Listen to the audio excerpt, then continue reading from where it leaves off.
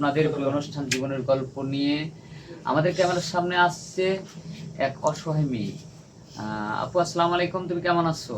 ওয়ালাইকুম সালাম, আলহামদুলিল্লাহ ভালো আছি। আপু, তোমার নামটা কি? আমার নাম সোনিয়া। সোনিয়া। তোমার পরিবারে কে কে আছে? কেউ নাই, নানি আছে। নানি আছে, মানে বাবা মা নাই? না, কেউ নেই। তোমার বাবা মা, তোমার বয়স কত বয়সে তোমার বাবা মা মারা যায়? আমি অনেক ছোট থাকতে। ছোট? ছোট বলতে তুমি কথা কওয়া শেখো না এরকম? না না। কথা কওয়া শেখো নাই? না। তোমার আব্বা মারা যায় হচ্ছে, তোমার মা আগে মারা যায় না তোমার বাবা মারা যায় আগে? এটা আসলে সঠিক আমি জানি না, এটা তোমার আমার মনেই জানি। তো নাই, কিভাবে হ্যাঁ, বলতে পারো, হ্যাঁ। তাই না? আচ্ছা, খুবই কষ্টের বিষয় যে তোমার বুদ্ধি হয়নি সেই সময় তুমি তোমার বাবা মাকে হারাইছো, তাই না? তো তারপরেই থেকেই তুমি তোমার নানির বাড়িতে থাকো। হ্যাঁ। আচ্ছা, পড়াশোনা কত করছো? এসেছি। এসএসসি। কলেজে ভর্তি হয়েছিল না? কলেজে ভর্তি হয়েছিল। হয়েছিল না? আচ্ছা, তোমার নানা কখন মারা যায়? নানা মারা গেছে 2 বছর। 2 বছর হলো, মানে তুমি পড়াশোনা করা অবস্থায় হ্যাঁ। মারা গেছে। তো নানা মারা যাওয়ার পর আর পড়াশোনা করতে পারো না। তো যাই হোক, আমি প্রশ্ন না করি, কারণ তোমার জীবনের গল্পটাই, মানে তোমার কষ্টের বা তোমার কষ্টের কথাগুলি তুমি দর্শক বাইরের কাছে একটু বলো। কি আর বলবো, আপনারা তো সবাই শুনলেনই যে আমার বাবা মা নাই, নানির কাছে বড় হয়েছি, পড়াশোনা বন্ধ এখন।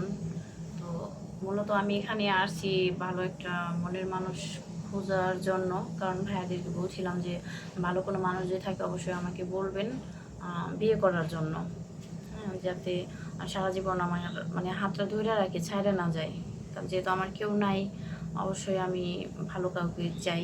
একটু বয়স বেশি হলে সমস্যা নাই, কারণ বয়স তো আসলে সব কিছু না, মানুষের মন মানসিকতা ব্যবহার হচ্ছে সব কিছু। সবকিছু। হ্যাঁ, তো আমি চাই এরকম যদি কোনো মানুষ থাকেন ভালো, যে আমার সব কিছু চাই না শুই না মাইনা আমার দায়িত্বটা নেন, অবশ্যই আপনারা নক করবেন। কারণ আর স্ক্রিন তো দেওয়া নাম্বার দেওয়া থাকবে, অবশ্যই আপনারা যোগাযোগ করবেন। কারণ যেহেতু তোমার হচ্ছে কেউ নাই, কারণ শেষ সম্বল হ্যাঁ। এখন হচ্ছে নানি।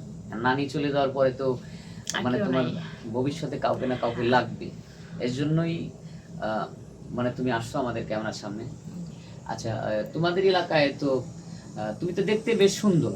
তো এমন কেউ হয়তো তোমাকে প্রপোজ করে নাই, বা গ্রামে বা গ্রামের আত্মীয় স্বজনের মধ্যে তোমাকে বিয়ে করার দেখেন, জন্য?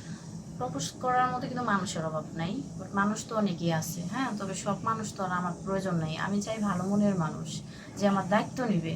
আর ভালো অনেকেই তো বলে যে হ্যাঁ তোমার ভালোবাসি, তোমার ভালো লাগে, পছন্দ হয়, কিন্তু দায়িত্ব কিন্তু সবাই নিতে পারে না। তো আমি চাই একজন দায়িত্বশীল মানুষ যে আমার দায়িত্বশীল দায়িত্ব মানুষ। নেবে। আচ্ছা, এমনি তোমার বিয়েটি আসে না? তোমার নানির কাছে কেউ বিয়েটি নিয়ে আসে না?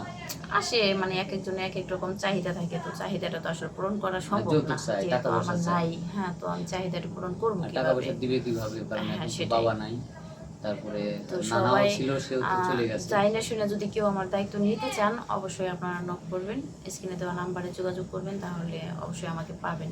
আর আমার পার্সোনাল কোনো ফোন নাই, তো ভাইয়াদের এই নাম্বারে যোগাযোগ করলে অবশ্যই ভাইয়ারা আমার ব্যবস্থা করে দিব। মানে আমার তৈরি আসলে ওনারা তো আমার বাড়ি চিনে, অবশ্যই ওনারা আমার সাথে যোগাযোগ করে দিব। ধন্যবাদ। সুপ্রিয় দর্শক, আমরা আর স্কিপ বাড়াবো না, তার জীবনের গল্প তো শুনলেন। এখন জেনে শুনে যদি কেউ এই মেয়েটাকে চান, তাহলে আমাদের সাথে যোগাযোগ করবেন। স্ক্রিনে আমাদের নম্বর দেওয়া থাকবে। কেউ অযথা ভিডিও কল দিবেন না। আর ভালো থাকবেন, সুস্থ থাকবেন, সবারই মঙ্গল কামনা করি।